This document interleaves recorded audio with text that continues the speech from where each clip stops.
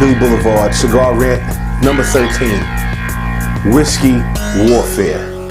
If you're familiar with PuroMaduro.com or the PuroMaduro channel, you know I love single malt scotch. Make no mistake about it, check the box. When you talk about the most prestigious awards going out to the best single malt or the best whiskey, period, Japan is really making a name for itself. Whether you're talking about Hibiki or Nikki, or whether you're talking about Yamazaki, it's really starting to push a few people around, and it's not being received very well in Scotland. Let's stay for the record unequivocally that I personally feel that single malt scotch is just superior whiskey. Let's also recognize another thing. I love whiskey, and I don't care where it comes from. If it's good, then it's good. Finished, done, over with. I've been trying a lot of Japanese whiskey. In early 2014, I went to Tokyo and I got a chance to try all kinds of Japanese whiskey. Loved it, and when I came back, my mind was forever changed about whether or not Scotland produced the best whiskey on the planet. Not only me, but a number of experts believe in me as well. If you look at the Whiskey Bible, last year the Yamazaki took #1 again. It also took #1 the year before that, and also 2008, and a number of other instances. A number of different groups have been selecting Japanese whiskey as the #1 whiskey for a few years now. I don't have a problem with that. However, I am somewhat alarmed by the fact that Scotland now wants to produce sake. Sake from Scotland? Really? You see, whiskey, everybody makes it. Everybody makes whiskey.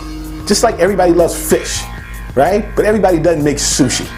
Right? Sushi is kind of special to Japan, much like sake is special to Japan. Why do you want to step into the sake world?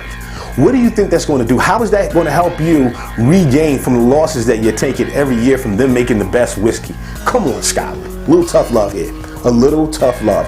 I'll have to admit that there was a time when if you brought up a Japanese whiskey, I would have immediately wrote it off. Immediately. I wouldn't have even considered it. And I was ignorant, and it was a knee-jerk reaction. And as an older, wiser man, you start to become aware of split-second decisions of that nature. The fact is this: Scotland is an island. Japan is an island. They're not too far off from their longitude and latitude in relation to each other. They're not too far off in terms of sea elevation. Japan even has its own version of peat bogs, significantly different from the composition of the soil in Scotland, but bogs nonetheless. So what we're faced with is two island countries, both of which are keen to meticulous, very meticulous production, willing to take the time, make the investment to produce a superior product. Japan has been kicking all ass in terms of producing superior whiskey. Yamazaki being on top, Hibiki and Nikki not too far behind it. Scotland is still producing great whiskey, but it's starting to seem as if they're living more off the reputation. Why say that? Well, they're moving away from age statements, which means it's a function of corporate control. The corporate office wants to grow, grow, grow, grow, grow every single year.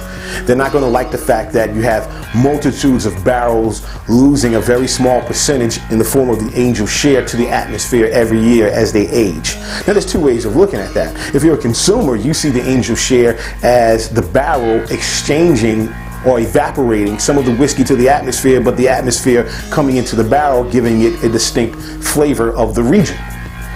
If you're a suit, if you're in the executive office, you basically see 2% of your inventory just going nowhere, evaporating into sheer nothingness, and that doesn't jive well with your desire to grow every single year. But if Scotland were to rally its forces, go to the executive offices that have been buying them up and kind of dictating everything that they should do because they want a return on their investment.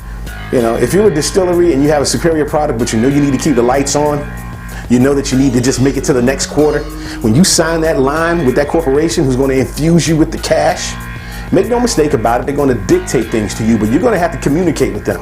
You're going to have to let them know that some of the decisions that they're making, while they may have short-term returns, the long-tail return is going to be diminishing greatly.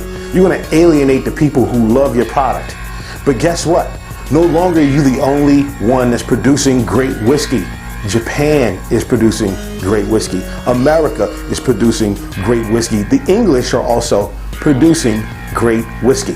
I got love for you, Scotland, but make no mistake about it. At the end of the day, I'm a whiskey man. And if I'm getting it from Japan or if I'm getting it from Kentucky, then so be it. Peace and love. Billy Boulevard, PuroMaduro.com.